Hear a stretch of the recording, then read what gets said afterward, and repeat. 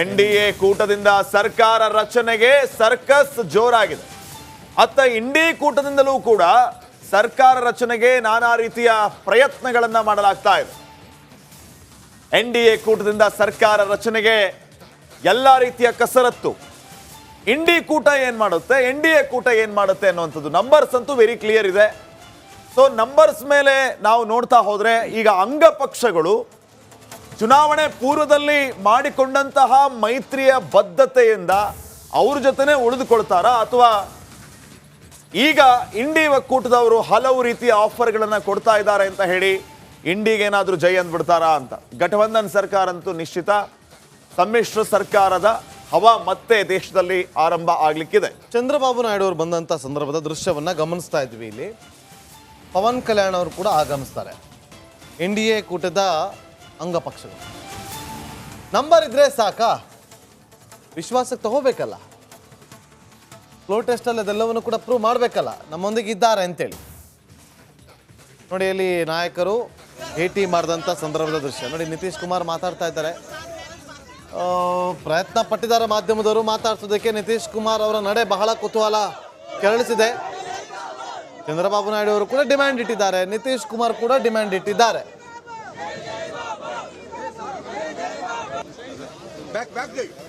ನೋಡಿ ಪವನ್ ಕಲ್ಯಾಣ್ ಅಲ್ಲಿ ಇದ್ದಾರೆ, ಪವರ್ ಸ್ಟಾರ್ ಪವನ್ ಕಲ್ಯಾಣ್.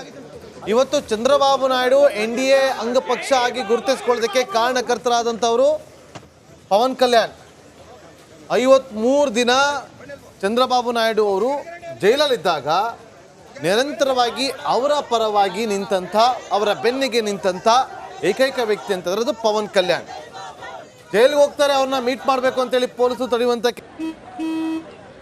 ನಡಿ ಈಗ ಶುರು ಮಾಡೋಣ.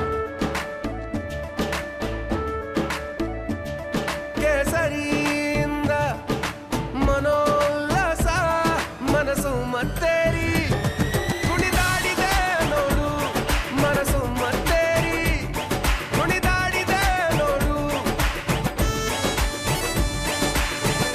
ಕ್ಷಣ ಕ್ಷಣವೂ ಆಚರಿಸಿ ಕೇಸರಿ ಹಬ್ಬ. ವಿಮಲ್ ಬಾಯಲ್ಲಿ ಹೇಳಿ ಕೇಸರಿ ಕೆಲಸಗಳನ್ನ ಮಾಡ್ತಾರೆ. ಅವರ ಸಿನಿಮಾಗಳನ್ನ ಬಿಡುಗಡೆ ಆದಂಥ ಸಂದರ್ಭದಲ್ಲಿ ಆಂಧ್ರದಲ್ಲಿ ಥಿಯೇಟರ್ಗಳಲ್ಲಿ ಟಿಕೆಟ್ ರೇಟನ್ನು ಕಡಿಮೆ ಮಾಡ್ತಾರೆ. 30 ರೂಪಾಯಿ 40 ರೂಪಾಯಿ ಮಾಡ್ತಾರೆ. ನೋಡಿ ಆ ಡಿಮ್ಯಾಂಡ್ಸ್ ಗಳನ್ನ ಗಮನಿಸಿ ನೀವು. ಅಂಗ ಪಕ್ಷಗಳು ಈಗ ಒಂದೊಂದೇ ಬೇಡಿಕೆಯನ್ನ ಇಡ್ತಾ ಇವೆ. ಬಲಿಷ್ಠ ಖಾತೆಗೆ NDA ಸರ್ಕಾರದಲ್ಲಿ ಸೇರ್ಕೋಬೇಕು ಅಂತ ಹೇಳಿ ಅನೇಕ ಖಾತೆಗಳ ಡಿಮ್ಯಾಂಡ್ ಅನ್ನ ಮಾಡ್ತಾ ಇದ್ದಾರೆ. ಸ್ಪೀಕರ್ ಸ್ಥಾನದ ಮೇಲೆ TDP ಕಣ್ಣನ್ನಿಟ್ಟಿದೆ.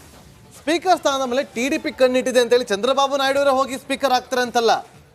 ನೋ ಡೌಟ್ ಆಂಧ್ರದಲ್ಲಿ ಅವರು CM ಆಗೋದು ನಿಶ್ಚಿತ. ಇದಕ್ಕೊಂದು ಹಿನ್ನೆಲೆ ಏನಂತಂದ್ರೆ ನಾಗೇಂದ್ರ ಬಾಬು, ಯಾಕೆ ಅವರು ಸ್ಪೀಕರ್ ಸ್ಥಾನದ ಮೇಲೆ ಕಣ್ಣಿಟ್ಟಿದ್ದಾರೆ ಅಂತಂದ್ರೆ ತಮ್ಮ ಪಾರ್ಟಿ ಈ ಒಂದು ಅಂಗಸಂಸ್ಥೆ ಜೊತೆ ಉನ್ನತ ಸ್ಥಾನದಲ್ಲಿ ಇರಬೇಕು ಅನ್ನೋದು ಒಂದಾದ್ರೆ, ಅಟಲ್ ಬಿಹಾರಿ ವಾಜಪೇಯಿ ಅವರು ಪ್ರಧಾನಿಯಾಗಿದ್ದ ಸಂದರ್ಭದಲ್ಲಿ ಇದೇ TDP ಸಪೋರ್ಟ್ ಅನ್ನ ಕೊಟ್ಟಾಗಲೂ ಕೂಡ TDP ಅವರೇ ಅಲ್ಲಿ ಸ್ಪೀಕರ್ ಆಗಿದ್ರು. ಅಟಲ್ ಬಿಹಾರಿ ವಾಜಪೇಯಿ ಅವರು ಪ್ರಧಾನಿಯಾಗಿದ್ದ ಸಂದರ್ಭದಲ್ಲಿ TDP ಪಾರ್ಟಿಯ ಸ್ಪೀಕರ್ ಆಗಿದ್ರು. ಹೀಗಾಗಿ ಅದು ಮತ್ತೆ ಮರುಕಳಿಸ್ಲಿ ಅಂತ ಹೇಳಿ ಅಗೇನ್ ಸ್ಪೀಕರ್ ಸ್ಥಾನಕ್ಕೆ ಬೇಡಿಕೆಯನ್ನು ಇಟ್ಟಿದ್ದಾರೆ. ಇದರ ಜೊತೆಗೆ 5 ರಿಂದ 8 ಸಚಿವ ಸ್ಥಾನ TDP ಬೇಕು ಅಂತ, ಅದರಲ್ಲೂ ಮುಖ್ಯವಾದಂತಹ ಖಾತೆಗಳೇ ಬೇಕು ಅನ್ನುವಂತಹ ಬೇಡಿಕೆ. ಸೊ ಏನಾಗುತ್ತೆ, ಇವರ ಎಲ್ಲ ಬೇಡಿಕೆಗಳಿಗೆ ಮನ್ನಣೆ ಸಿಗುತ್ತಾ ಅನ್ನುವಂಥದ್ದು ಒಂದು ಪ್ರಶ್ನೆ. ಆದರೆ ಮತ್ತೊಂದು ಕಡೆ ಪ್ರಮುಖ ಖಾತೆಗಳನ್ನು TDPಗೆ ಬಿಟ್ಕೊಟ್ಬಿಟ್ರೆ ಉಳಿದ ಅಂಗಸಂಸ್ಥೆಗಳ ಕಥೆ ಏನು? BJP ಏನು ಮಾಡ್ತಾರೆ?